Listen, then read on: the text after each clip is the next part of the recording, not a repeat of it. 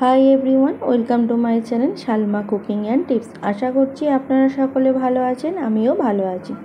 আজকে আপনাদের কাছে নিয়ে চলে এলাম কাঁচা আমের প্লাস্টিক চাটনি, বা এটা র ম্যাঙ্গো চাটনিও বলতে পারেন। তো কীভাবে বানালাম সেটা আপনাদের সাথে শেয়ার করব, চলুন তাহলে।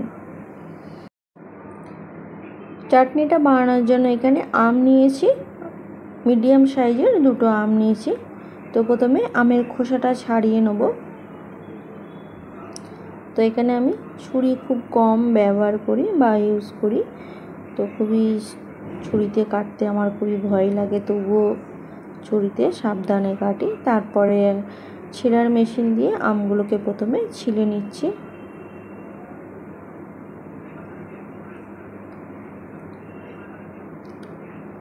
তো একইভাবে দুটো আমকে আমি ছাড়িয়ে নেব। আম থেকে খোসা আমি এইভাবে ছাড়িয়ে নিলাম।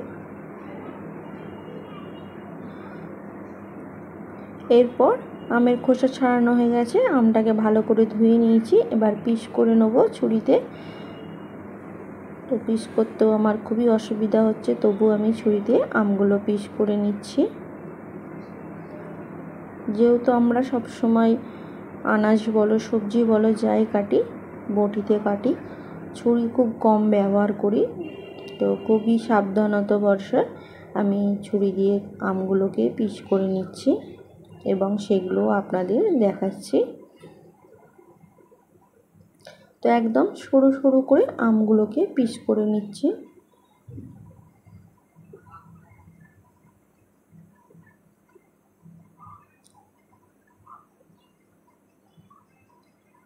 তো এইভাবে আমি দেখতেই পাচ্ছেন আমগুলোকে পিস করে নিচ্ছি।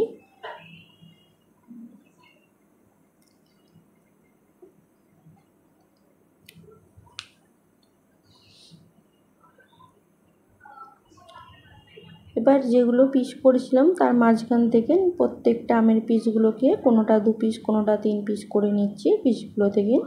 তো এইভাবে সব আমগুলো আমার পিস করা হয়ে গেছে। এবার চাটনিটা বানাবো, চলুন তাহলে আপনাদের দেখাই। তো ওভেনেতে একটা কড়া বসিয়ে দিয়েছি, এতে আমি 1 চামচের মতন সরিষার তেল দিচ্ছি। সরিষার তেল দেওয়ার পর এখানে আমি মৌরি দিয়ে দেবো, গোটা মৌরি ফোড়নের জন্য। আর একটা তেজপাতাকে 2 পিস করে দিয়েছি, দিয়ে ফোড়ন দিয়ে দিচ্ছি। বেশ ফোড়নে মৌরিটা লাল লাল যখন হয়ে যাবে তখন আমি আমগুলো দিয়ে দেব। প্রথমে মৌরিটাকে লাল করে নিই, তার জন্য বা ভেজে নিচ্ছি ভালো করে।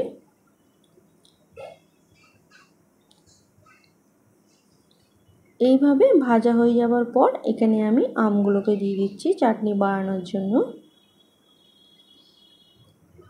তো প্রথমে আমগুলোকে একটু নাড়াচাড়া করে নেব। তো গ্যাসের ফ্লেমটা একদম আস্তে থাকবে, যেহেতু এখানে আম থেকে পানি বার হবে, সেই জন্য এখানে গ্যাসের ফ্লেম জোরে করলে চলবে না। এরপর এখানে কিছু কাজুকে আমি ভিজিয়ে রেখেছিলাম, তো কাজুটাকে আমি আধ ঘন্টা ভিজিয়ে রেখেছিলাম যাতে কাজুটা একদম নরম হয়ে যায়। আধ ঘন্টা ভিজিয়ে রাখার পর এখানে কাজুগুলো আমি দিয়ে দিচ্ছি। তো এখানে কাজুগুলো ফুলে দেখতে পাচ্ছেন ডবল হয়ে গেছে। তো আপনারাও চাইলে কাজুটাকে একটু আগে থেকে ভিজিয়ে রেখে দেবে।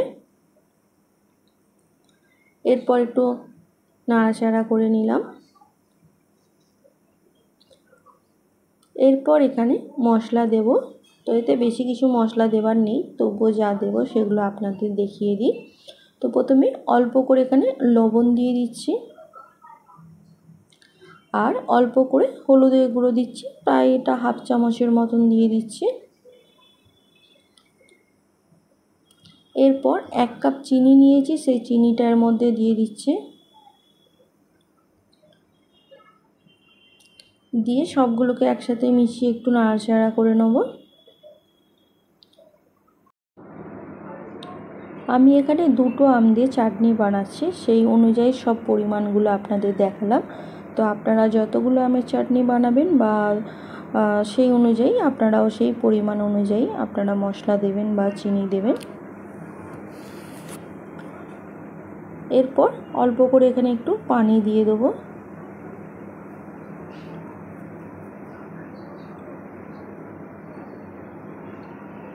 দিয়ে চাটনিটা কিছুক্ষণ সময় ধরে নাড়াচাড়া করে রান্না হতে দেব। আজকে আমার চ্যানেলে যারা নতুন এসেছেন, ভিডিও দেখছেন, ভিডিওটি ভালো লেগে থাকলে আমার চ্যানেলটা সাবস্ক্রাইব করবেন আর নোটিফিকেশানটা অন রাখবেন। আমি যখনই কোনো ভিডিও আপলোড করি না কেন আপনাদের কাছে নোটিফিকেশান পৌঁছে যাবে। ছোট্ট একটা লাইক করবেন, কমেন্ট শেয়ার করতে ভুলবেন না, পারলে বন্ধুদের মধ্যে শেয়ার করবেন। এরপর এখানে আমি এলাচি পাউডার বা এলাচি গুঁড়ো দিয়ে দিচ্ছি। তো এখানে হাফ চামচের মতন এলাচি পাউডার দিয়ে দিচ্ছি। তো এটা আমি গুঁড়ো করে আগে থেকে করে রেখেছিলাম, পাউডারটা বানিয়ে রেখেছিলাম এলাচের, সেই জন্য দিয়ে দিচ্ছি। আপনারা এটা এলাচি গুঁড়ো না থাকলে গোটা এলাচকে থেঁতো করে আপনারা দিয়ে দিতে পারবেন। তো দেখতেই পাচ্ছেন চাটনির কালারটা আস্তে আস্তে চেঞ্জ হয়ে গেছে এবং চাটনিটা অনেক গাঢ় মতন হয়ে গেছে।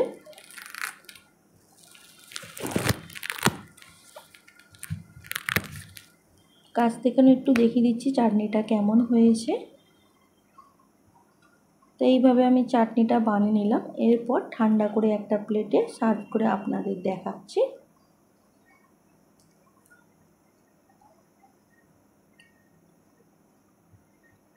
তো এখানে আমি একটা প্লেটে চাটনিটা সার্ভ করে নিয়েছি এবং আপনাদেরও দেখাচ্ছি কত সুন্দর চাটনি হয়েছে, কাঁচা আমের প্লাস্টিক চাটনি। তো আপনারাও এইভাবে অতি অবশ্যই এই চাটনিটা বাড়িতে বানাবেন, র ম্যাঙ্গো চাটনি।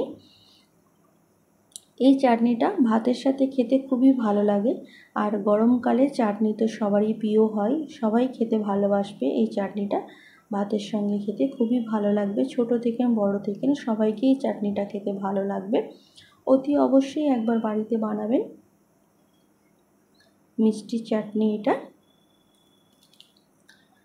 আজ এই পর্যন্তই, আবার আপনাদের কাছে নতুন একটা ভিডিও নিয়ে আসব।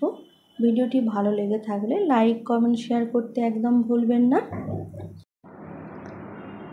আপনাদের কাছে আবার কোনো একটা রেসিপির ভিডিও বা কোনো টিপস ভিডিও বা কোনো ব্লগ ভিডিও নিয়ে আসব।